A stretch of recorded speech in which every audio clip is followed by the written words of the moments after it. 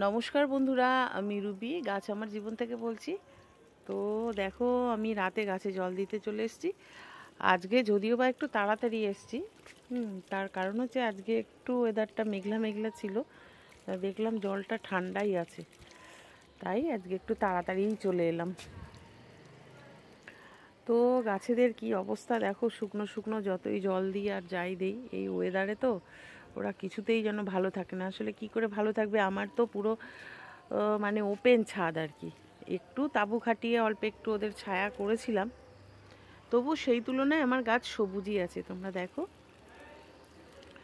কিন্তু ফুল টুল ফোটা অনেকটাই কমে গেছে। জবা গাছগুলো একটু ঝেড়ে ঝুড়ে উঠছিল, আবার দেখি মানে গরমের জন্য আবার হয়ে যাচ্ছে।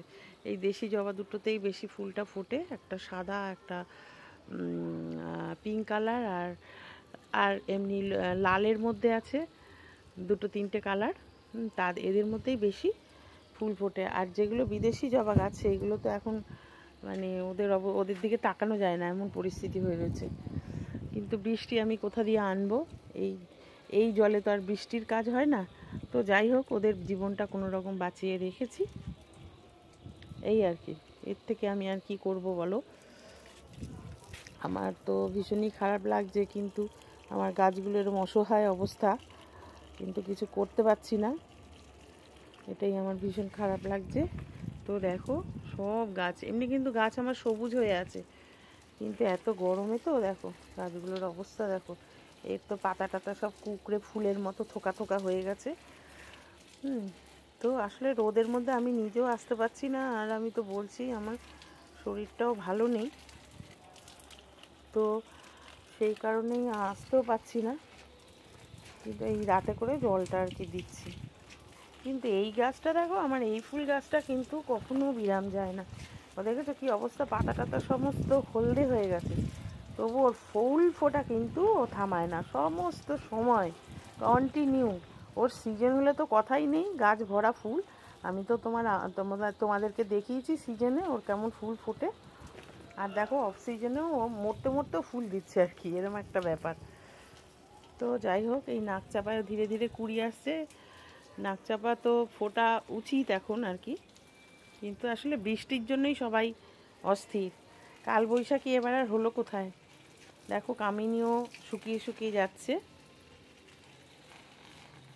বৃষ্টি হলেই এরা ঝেড়ে পুড়ে উঠবে আর কি।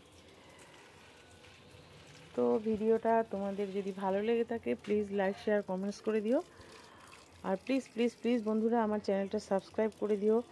আসলে আমার বাগানে এখন বিশেষ ফুল টুলও নেই, তোমাদের সেইভাবে দেখাতেও পারছি না।